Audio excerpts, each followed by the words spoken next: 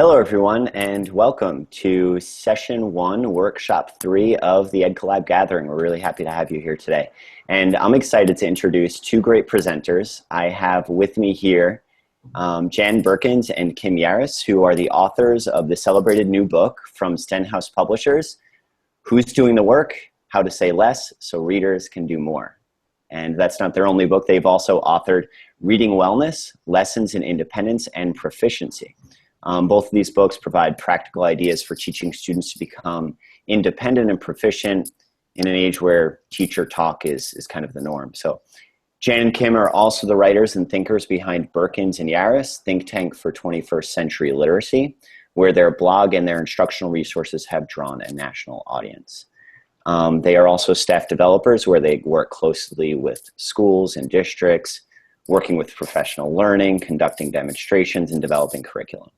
And now that you know a little bit about them, I'm excited to turn it over to them, and they have a great presentation ready for you today, entitled Who's Doing the Work? How to Say Less So Readers Can Do More.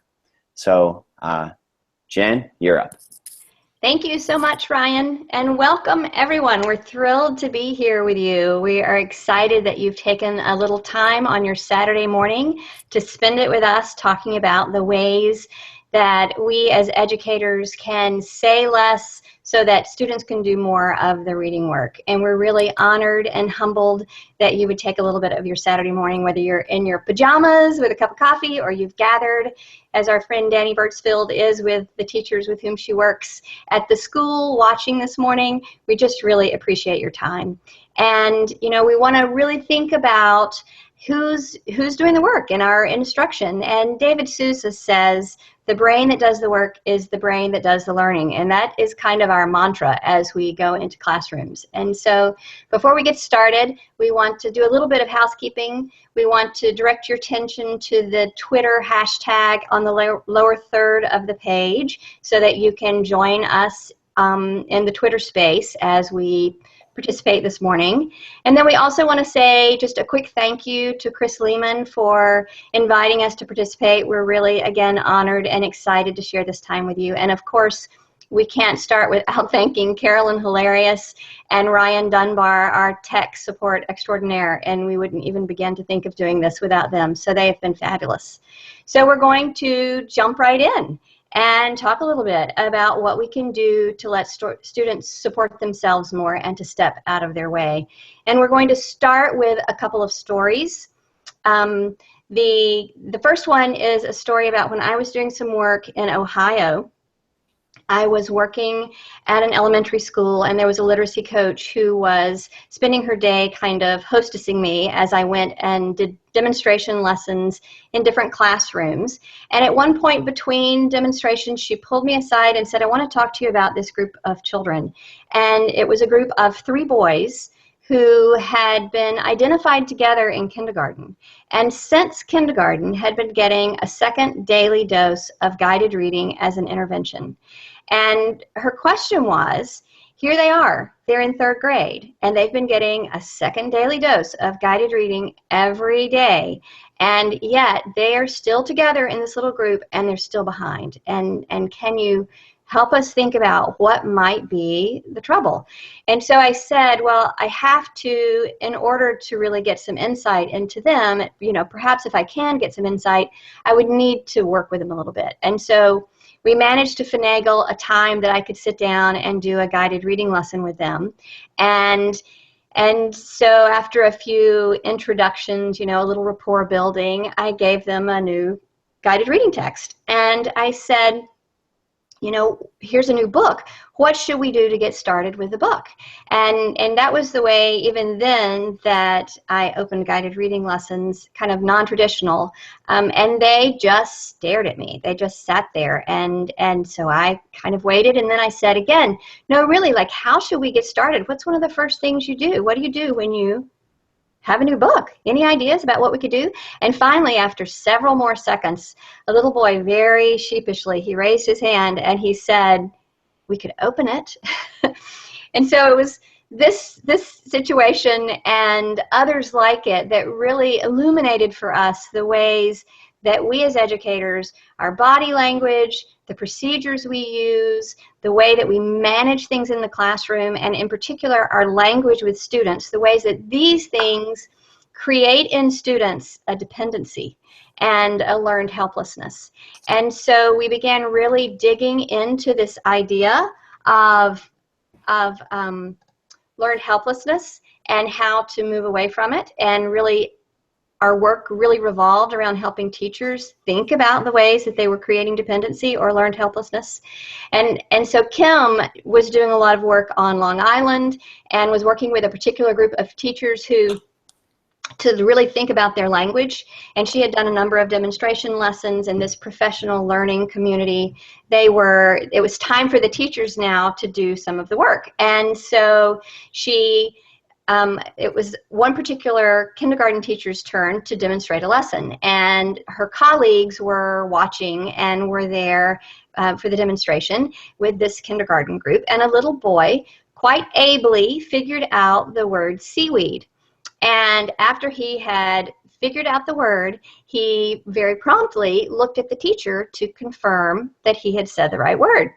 And she, of course, was in front of all of her colleagues, and they had all been working on not confirming, because if we're beginning with the end in mind, and the end is independence and proficiency, when students are reading independently, no one's there to say, hey, you got that word right, or way to go. We want them to check for themselves, because confirming and cross-checking is the work of the reader, not the work of the teacher. And I'm not saying, of course, that we're not warm and encouraging, but she really, particularly since she was in front of her colleagues, was determined not to confirm that for him. So she was encouraging and warm, but she didn't tell him what the word was. And he just refused to move on until she said, that he had gotten it right. And so finally, the principal leaned forward and tapped him on the shoulder and said, you can turn the page.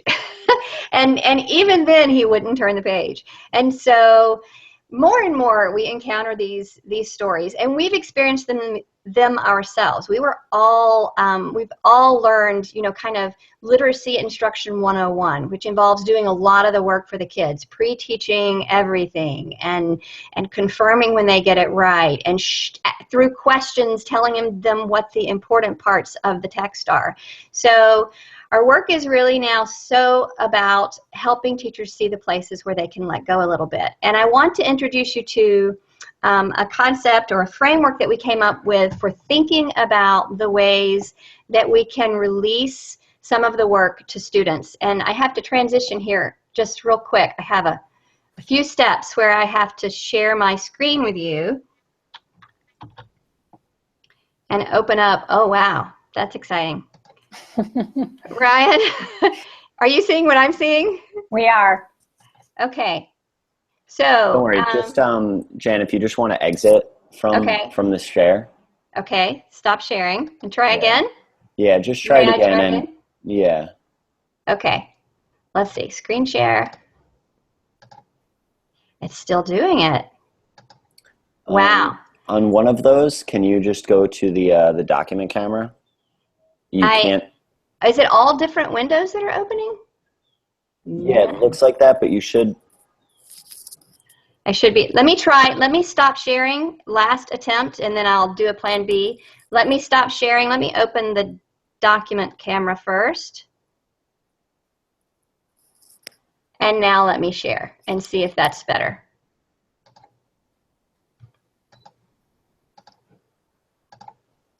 Well, maybe. I don't know why we have so many.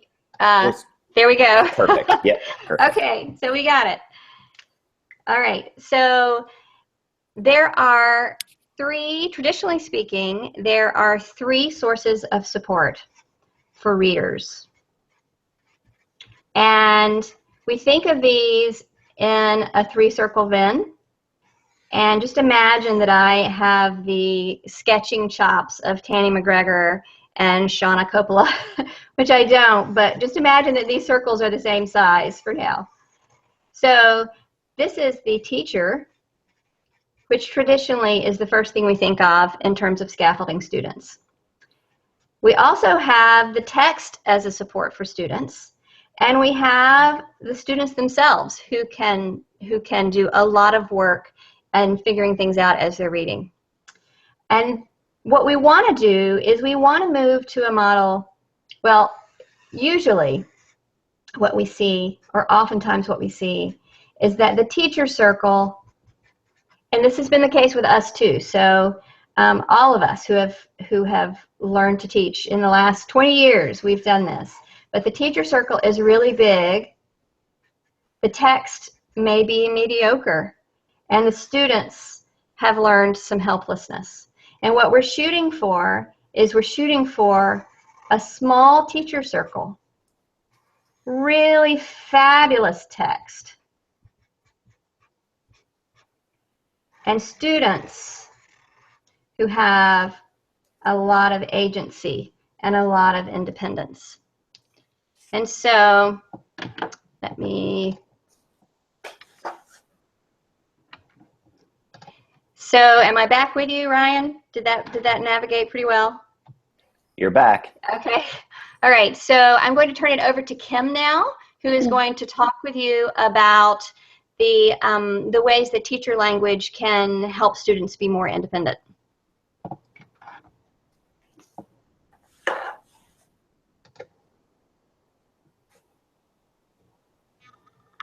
You're on, Kim. All right, so I'm just going to jump on just for just a second here because I have some slides that I'm going to use to show you some of the things that we're thinking about. So I just wanted to say hello, everybody, and just give me 1 second, and I'm going to hop behind. All right. All right. Ryan, can you just give me a confirm? Did it, wait, no, not yet. All right, you can see the PowerPoint? Yep. All right, all right. So in the stories that Jan told you, these stories of learned helplessness, there was a decided lack of this thing that we refer to as student agency. Agency in the context of learning is a term that was introduced to us by Peter Johnston in Choice Words.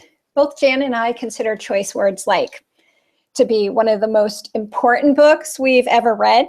And if you don't know it, or you know it, but you haven't read it, you must get it. You must get it. In Choice Words, Peter Johnston says, if nothing else, children should leave school with a sense that if they act and act strategically, they can accomplish their goals. This thinking is the thing that helped us to refine our definition of agency. And when we think about what it means, we describe it like this. It's believing that completing a task is within your power. And more than simply believing that a task is within your power, it's following through on a task to make it happen.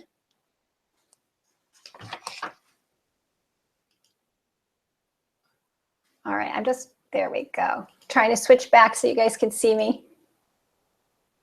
Can you see me? Perfect. All right, all right. So Jan gave us examples of, or non-examples of students that didn't have a lot of agency, which might make us begin to wonder, and if a student does have agency, how do we know it? So as a counterpoint to the stories that Jan told you, let me tell you a story about a 4th grade girl that I encountered who was reading this text. It's just a short little passage from Avi. But the thing that you might notice about it is that right here in the middle is the word ghastly, which for this particular reader was troublesome. And when she got to that word, she paused. And she was thinking, she didn't know what that word was. At first, she didn't even know how to say it. She's like, ghostly, ghostly. But the point is that when she hit the difficulty, she put her finger on the word and she went right to work. And then she starts talking out loud and she says, I don't know what that word means. And then she's just like she's like, I don't think that's very good, because look at it, it seems like there's bad stuff going on here. So I think that she's like really scared and something's horrible is about to happen. So like ghastly must be a bad word. And she did all of this on her own, which is a real counterpoint to the stories that Jan was telling before. So she like totally took it upon herself to do it. It was that I can do it attitude.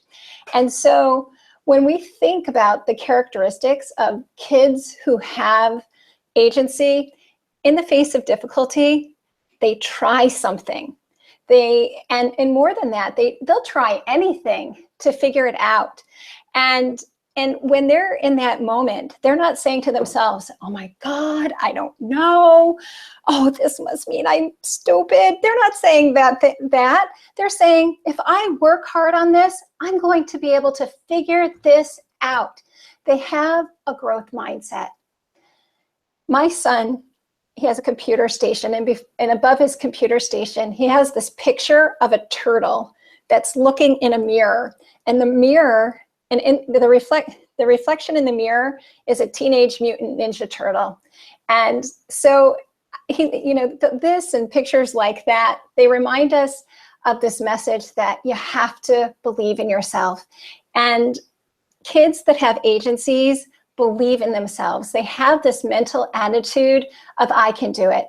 And so one of the things that we've been thinking about is, so how do we give that to kids? And teacher language is one of those things that really can make a difference. So I want to just shift again back to the PowerPoint to show you what that language can look like and sound like.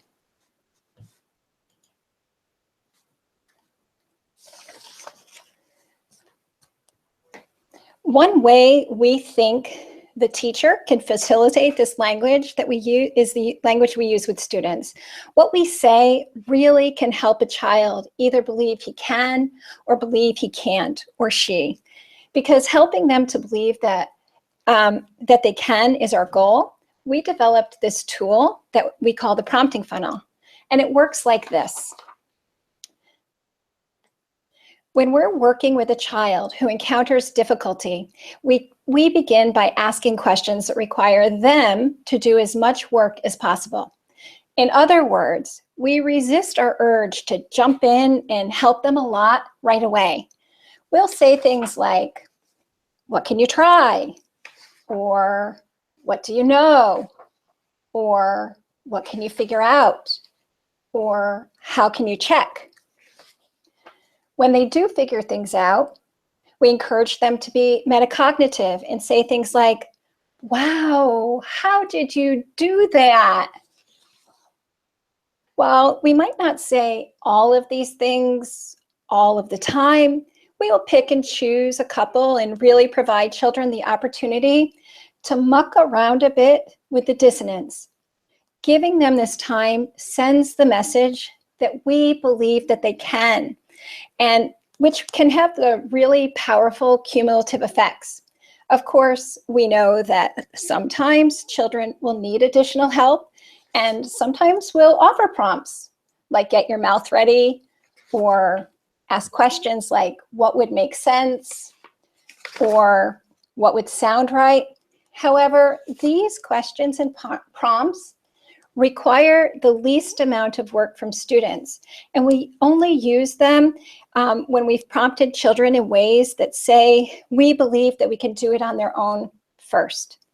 Ultimately, scaffolding is the way that wires children's brains to know what to do in the point of difficulty, which in turn better equips them to tackle problems that arise when they're not reading in the presence of a teacher, which is really the hallmark of great teaching. Teaching so students don't need us. Using agentive language, like the prompts that we showed you just a moment ago, at the top of the prompting funnel can help us to hit this mark of helping children do more for themselves. So you might be wondering how this prompting funnel works when you're having an actual conversation with a student.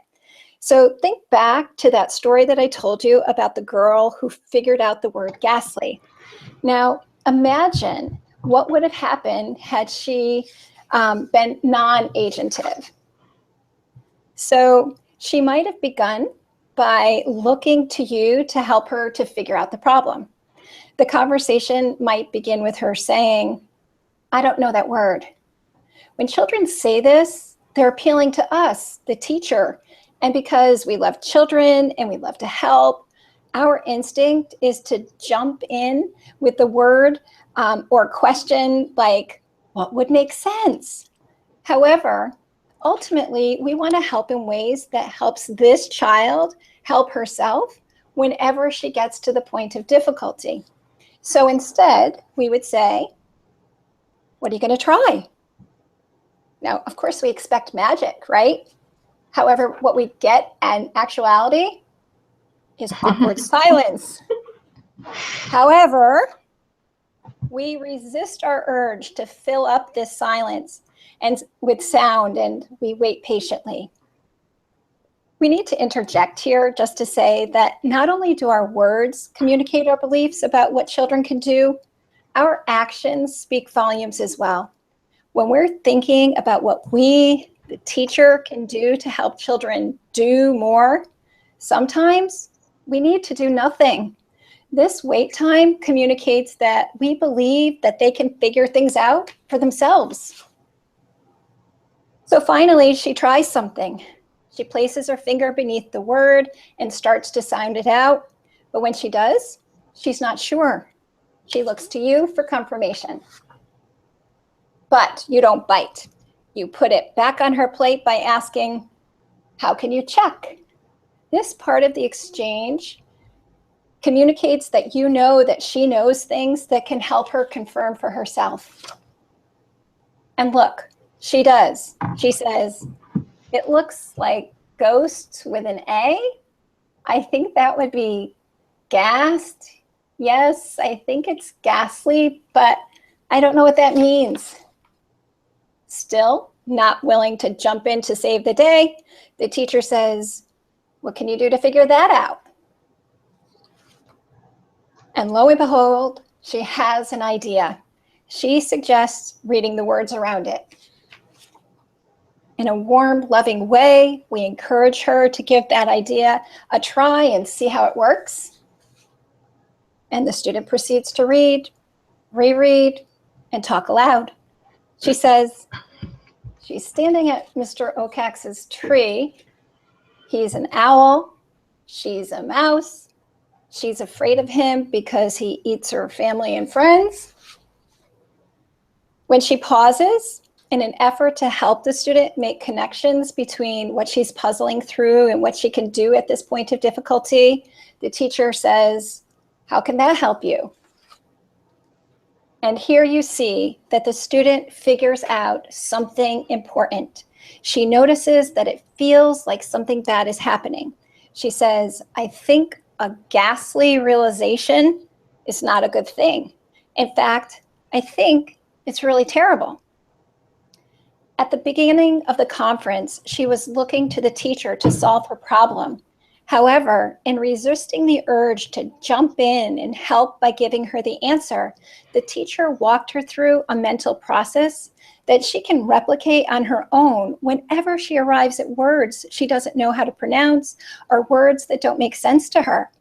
Having multiple exchanges like this and lots of opportunity to practice this kind of thinking helps students to recognize their own problem-solving power. The language that we use really can help children rely on themselves more and teachers less at the point of difficulty. And of course, that's not the only thing. There's other things, and text plays a really great role in that as well. So I'm going to turn it back over to Jan, who's going to talk to us about the role that text can play. You're on, Jan. Okay, thank you, Ryan, and thank you, Kim. I'm getting some feedback. Are you getting that, Ryan? No? It's good. Okay, thank you. Okay, so we have talked about the language the teachers use, which was the first circle in our 3-circle Venn. And now I'm going to spend a few minutes talking with you about text and the role that text plays. And really for us, text is such a huge thing. It is the most important piece. It is the cornerstone of our work with kids. Because if you have a great text, everything else becomes better. And if you have a mediocre or a poor text, then it makes all of the work harder and children tend to depend on the teacher more. So we are in Who's Doing the Work, we talk about text selection specific to different instructional contexts, such as read aloud, shared reading, and guided reading. But today, because of time constraints, we wanted to just kind of focus on helping children better choose text for themselves. So we want to share with you a metaphor that we use, or we have been using. It's a relatively new metaphor, and we wanted to share it with the EdCollab audience. And so the first thing that you do, well, it's a shopping metaphor. So we're going to think about going shopping. And in a minute, we'll connect shopping in general to shopping for books. So imagine that you're going shopping for a shirt. And if I'm going shopping for a shirt, the first thing I'll do when I walk into a store is I will look for something that catches my attention, something that I think might work for me. So say I am shopping. I have a prop here to bring on. Say I'm shopping and I spot this shirt. Hard to miss, right? So I spot this shirt and it gets my attention. And I'm like, wow, that looks like a really fun shirt. I'm going to go to step 2, which of course is all internal. So I'm going to do the second thing, which is I'm going to get a closer look, right? I'm going to move in closer to the shirt. I'm going to pull it off the rack. I'm going to hold it up. I'm going to notice that the sleeves are 3/4 length. I'm going to notice the neckline. I'm going to notice that it's long. It's like a tunic. I could wear it with leggings. And so I'm going to think, hey, this shirt is still a good option for me. So then I'm going to think, I need to see if they have my size. And I'm a medium. So I will look for a medium. And if they don't have a medium, I will look at a small and kind of hold it up and see if it works. And I'll look at a large or even an extra large and see if I think that will work. Because ultimately, I trust my instincts over the size labels, right? Because size labels vary. They're very inconsistent. And finally, if I decide that it still appeals to me and there's a possibility that the size selection is going to work for me, then I'll try it on. So, and then of course that's the ultimate test, right? When I try it on, how it fits me is really going to tell me whether this is a shirt that I need to purchase or not. And when I get to the checkout, if I have picked up a shirt that's an extra large, even though I usually wear a medium, if I'm at checkout, the person at the register is not going to say, no, you're a medium, you wear a size medium, and we're not going to sell you this because it's not your size. So ultimately, how it fits me is what tells me if the book really is going to work for me. So I want to shift again, cross your fingers, I want to shift again to the document camera. Fingers crossed. Fingers crossed. Oops, sorry. Here we go. All right. There it is, even though there's like infinity mirrors going on. So step 1, and we're going to take it to looking for a book, right? So step 1 is to look for something that grabs your attention. You want some wow factor, right? You want books that make you go, wow, I can't wait to read this. Just like you want a shirt where you're going, I cannot wait to wear that shirt. Right now, there's not enough wow in the text that kids are reading. We need more wow. And then once you've got something that grabs your attention, you're going to take a closer look. Again, nod to Shauna and Tanny. I wish that we had seen your session before I started drawing in front of the camera. We will, though. All right, so you get a closer look. And once you have a closer look, if you're still interested, then you're going to check the size, or you're going to look at the level. You want to see, is it in the neighborhood of what you usually find comfortable to read? And so I'm going to draw a tag here. This is supposed to be a tag, like you might find on a clothing garment. Okay, so you check the size or the level, but of course that's just one variable, right? And finally, you're going to try it on. And this is the most challenging drawing for today. This is supposed to be me, and I'm going to put that tunic on. All right, so we're going to try it on. Oh, All right, thank you for your grace. All right, so what you'll notice is that the first two factors are about engagement, because engagement and engaging text and this wow factor are the most important things for us. And then level and then trying it on help us really see how it fits. It's about accessibility, if I'm spelling that right. Okay? You are. All right. So let's try this real quick. Let's try this with a book. I have here, thanks to Groundwood Books for letting us use Tokyo Digs a Garden, one of our favorite books from 2016.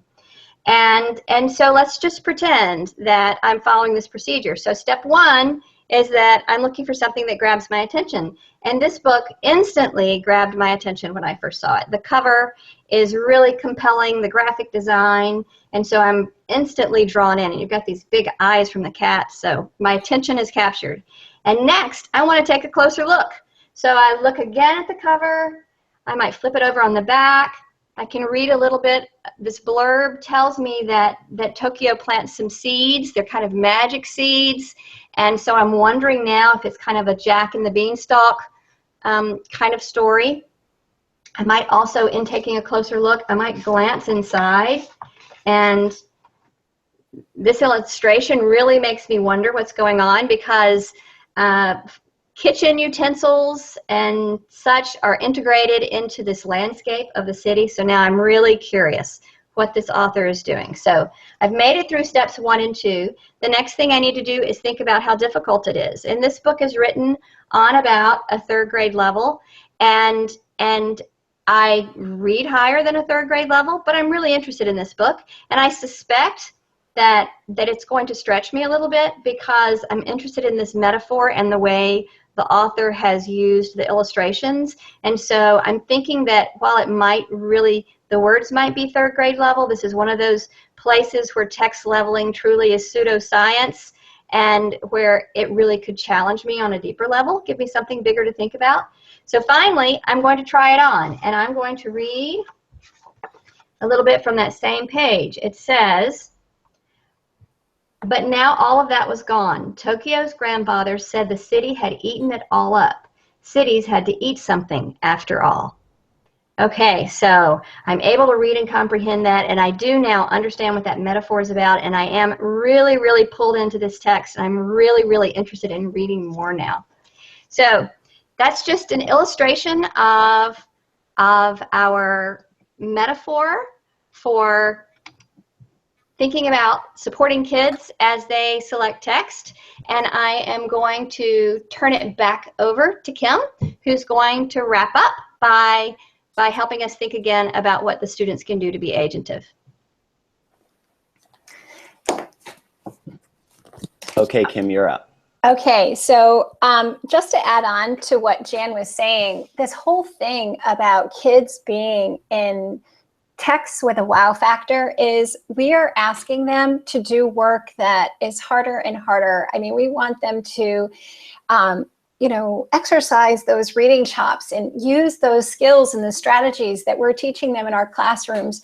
And if they're not reading books that make them go wow or have an engagement factor, they're not going to want to do the hard work. And so that's the role that text can play, is that they really just draw kids in and make them eager to work as hard as they possibly can. It really sets it up nicely for a mindset for learning and this mental attitude of I can do it.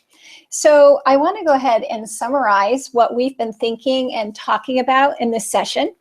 So there are 3 different sources of support that children can turn to at the point of difficulty: the teacher, themselves, and the text. In Jan's opening, she told us stories about students who lacked agency, stories where students over-relied on teacher support, creating a classroom dynamic that looks like this. Of course, this concerns us because a lack of agency has serious repercussions in the classroom, because as Jan told us at the beginning, that David Sousa has taught us, that the brain that does the work is the brain that does the learning. And so with this in mind, and thinking that what we want is for learning to transfer, we want to teach in ways that minimize the teacher's role and teach students how to rely more on what the text, more on the text and themselves in the face of difficulty. Thinking about the language we use when we talk to students, as well as guiding students to texts that make them want to work hard to solve problems, naturally helps to create this dynamic where the teacher's role is minimized and the role of the student and the text are maximized in the classroom. Ultimately, our overarching goal for students as readers is independence and proficiency. And the surest path that we know to accomplishing this goal is agency. If we have students who believe that a task is within their power and follow through to accomplish that task, we can help children realize their fullest potential as readers. So we're coming down to the final stretch, and we'd like to again thank Chris and Carolyn Hilarious and Ryan Dunbar and all of the people affiliated with the Ed Collaborative that have worked together to make this possible. It's a really special event. And most of all, we want to thank all of you who are joining us this morning. We want you to keep in touch, and these are all of the different ways that you can reach us. But we also want to add that we have a Facebook group, Who's Doing the Work Facebook group, and there's continuing conversation around who's doing the work there on a relatively regular basis. So join us there. So that said, I'm going to flip back over so that I can see you guys and wrap it up. Great. Well, thank both of you so much for doing this. I do want to take a moment because, unsurprisingly, Twitter was all over this presentation today. I think, Kim, they really enjoyed kind of all of your personal stories. And Jan, I think that you don't give yourself enough credit for your drawings. For my artistic talent. I was thinking the same thing. I mean, the tunic was where maybe you started to lose me a little bit, but otherwise, I really enjoyed it. I was trying to practice a growth mindset, right? We have to take risks. Right. There was one thing, I didn't get many questions on Twitter, but I did get just tons of praise. There was one thing I wanted to broadcast for everyone to see, just one tweet that I thought just summed up what you were doing so well. And then I had one question, if that's okay. Sure. Okay. So I noticed this tweet. It was from Catherine Flynn. Hey, Catherine. Thank you for being here. And she said, "Love this. Give kids the opportunity to muck around with the dissonance." And that, I think, was a quote that really, really stuck with a lot of viewers today, because I saw this actual quote tweeted multiple times. But I had just a quick question about this tweet, just to kind of follow up here. And I was wondering, when you're giving students this agency and when you're kind of stopping and you're just silent and you're letting students figure things out, how do you kind of toe that line between giving them room to think, but also making sure they don't get overly frustrated? So either one of you can take that. Do you want to talk, Kim? You want me to talk? Go for it, Jan. Okay. So it's a dance, Ryan, and certainly we're all about taking care of kids. We're all about being sensitive to them. It has a lot to do with knowing them and how well you know the students and how much they trust you. And so every circumstance is different. And so we really, it's kind of a constant testing and really watching the kids and giving them some space.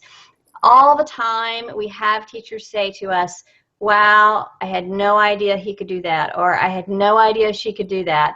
And it's just kind of testimony to wait time and not assuming that they can't do it.